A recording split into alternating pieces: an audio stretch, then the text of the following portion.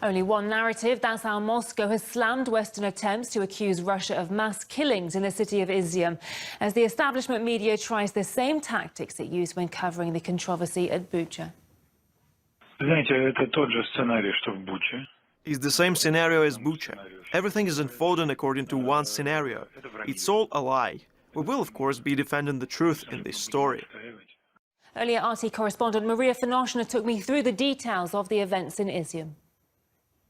This story is developing very fast in leaps and bounds, with accusations actually coming before evidence. On Sunday, the foreign minister of the Czech Republic that currently holds the presidency of the EU Council called for a special international tribunal to investigate what had happened in Izyum. But actually, before even the probe he actually called for started, the minister claimed that Russians left behind mass graves of hundreds of shot and tortured people. So as you can see, claims without any evidence, with no grounds, and before any official investigation. Western media coverage is also remarkable.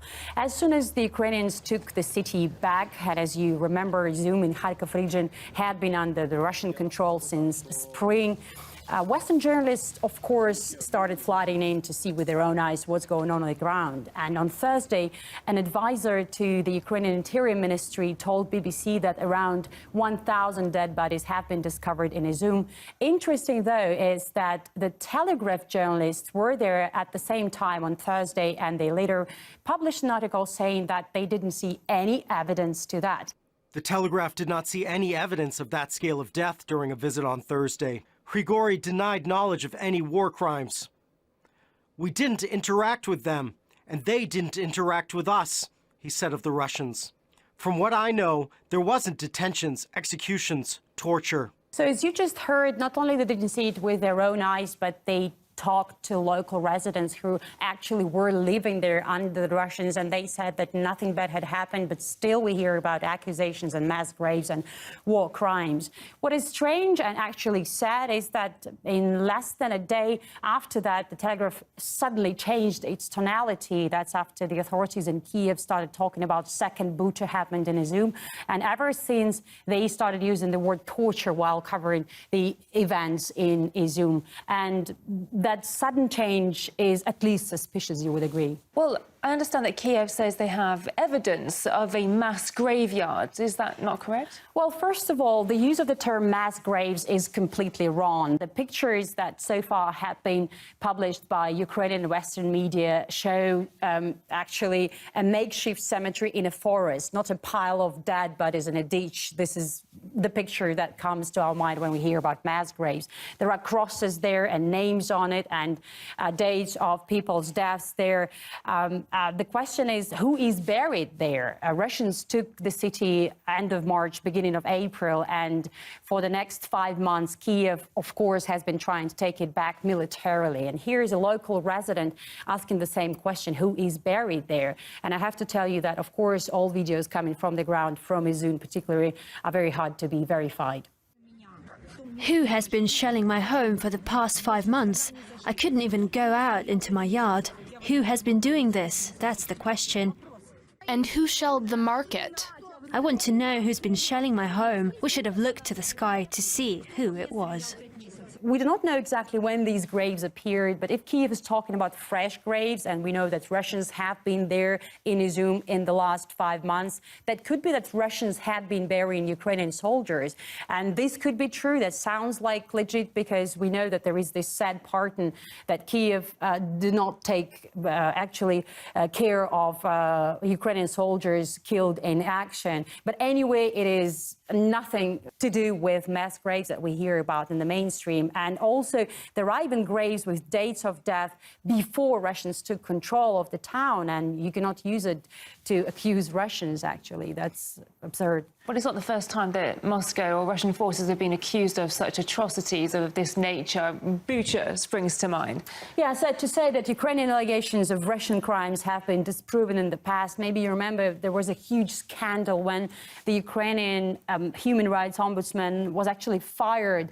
Denisova, her name was, after it had been revealed that her claims of mass sexual violence allegedly at the hands of Russian military were fake. And this is not my word, this is in the words of the ministers in Kiev. The incomprehensible concentration of the Ombudsman's media work on numerous details of sexual crimes committed in the unnatural way, which he could not confirm with evidence, only harmed Ukraine. And later, Lyudmila Denisova even confessed that she did that to boost weapons supplies to Kiev. So maybe now when Ukraine wants more weapons, they're trying to use the same tactics they used before. It was an image that for the media became a symbol of Izyum's suffering, a hand allegedly showing signs of torture with a bracelet in the colours of the Ukrainian flag, and in letters next to it, the word genocide. But that powerful picture doesn't tell the whole story. The hand belonged to a 36-year-old Ukrainian soldier, something confirmed by both local authorities and the victim's own wife. It became known that the hand with blue-yellow bracelets from the burial in Izyum was part of the body of a military man from Nikopol. Oksana Sova, a resident of Nikopol, recognized her husband, Sergei Sova. When Oksana saw the photo of the hand, she did not doubt for a second that it was her husband's. She recognized the tattoos and the bracelets.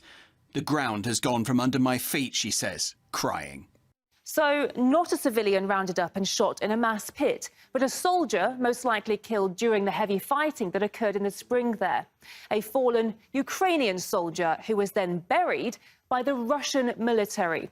And he wasn't the first. Moscow has consistently tried to coordinate with Kiev the removal of Ukrainian forces killed in action, but with no success. So the onus has fallen on Russian soldiers who film and document the burying of the bodies. And almost always, as in Izyum, they are buried in individual graves with crosses and even names, not a mass pit, as headlines suggest. Yes, it's true that his is just one of hundreds of bodies there, but it's also true that it's unclear how the others died. Some reports, such as this one in the Daily Telegraph, say that allegations of torture can't be verified. The Telegraph did not see any evidence of that scale of death during a visit on Thursday. Grigori denied knowledge of any war crimes. We didn't interact with them, and they didn't interact with us, he said of the Russians. From what I know, there wasn't detentions, executions, torture. Perhaps that report was why Ukraine's human rights ombudsman is now not allowing any journalists to enter the scene on the pretext of safety. When we are finished securing the area, you, as journalists, will be allowed to enter. Be assured that you will all be allowed to enter this area. We are working to ensure your safety. A large number of tripwires with attached grenades were found on site. Well, that's despite the fact that certain reporters had previously been granted access without any problems, namely from Radio Free Europe and Current Time TV outlets, both funded by the US government. No one is denying that there are bodies in Izyum, but claims of a genocide do not tally with reports from the ground, all those small pieces of evidence that independent observers have managed to see. And continued efforts by Kiev and many in the media would seem to be a cynical attempt to politicize what is undeniably a tragedy.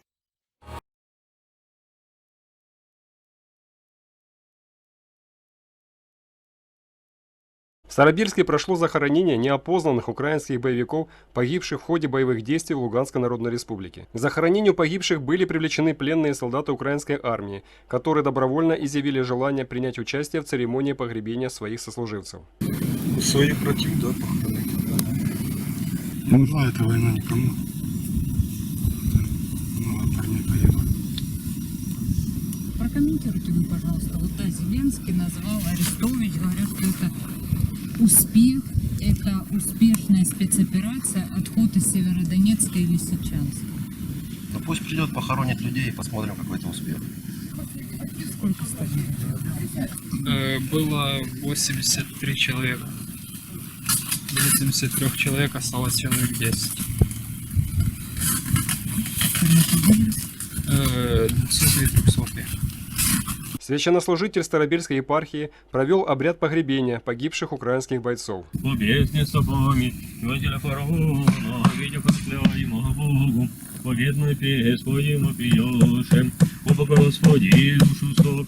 Помощник главы Луганской Народной Республики прокомментировала факт захоронения погибших солдат вооруженных сил Украины. Для Луганской Народной Республики, для ее руководства, гуманность, справедливость – это основные принципы, на которых мы строим свою жизнь. И люди, которые погибли, пускай это даже наши враги, после смерти достойны нормального обращения.